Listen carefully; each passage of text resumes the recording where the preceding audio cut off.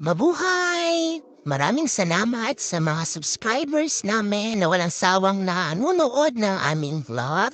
Ito pa nga pala yung aming simpleng pagse-celebrate ng okasyon namin. Actually, na nakaraan pa to late upload lang. So, ayan. Ang sarap ng anong yan, yung tulya.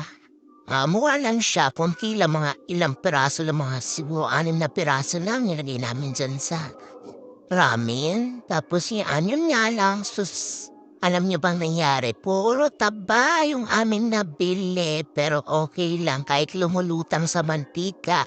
Mai-push lang yung okasyon. Ayan. Pero may mga side naman kami, mga leafy yan. May mga masasarap naman na sides yung aming ano. Yan nga lang, mukha na kami mga kambing yan. Meh!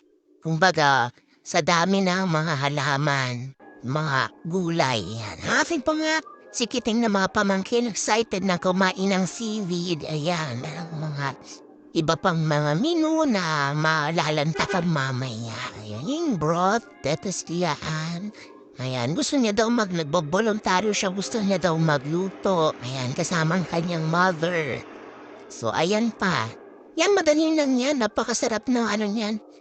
Yung tahong, tapos yan ay ihawin. Masarap talaga yung creamy masyado yung, yung tahong na merong mga secret ingredients. May managay dyan na parang maging ano siya, bake. Bake pero nasa uli niyan, pero okay lang yan. Nasa inyo yung kung paano siya i-ready at i-prepare. Mag-i-enjoy yung mga anak ninyo na pagsasalu-saluhan mga simpleng handa natin sa bukasyong ito. Thank you, mabuhay. Thank you, thank you.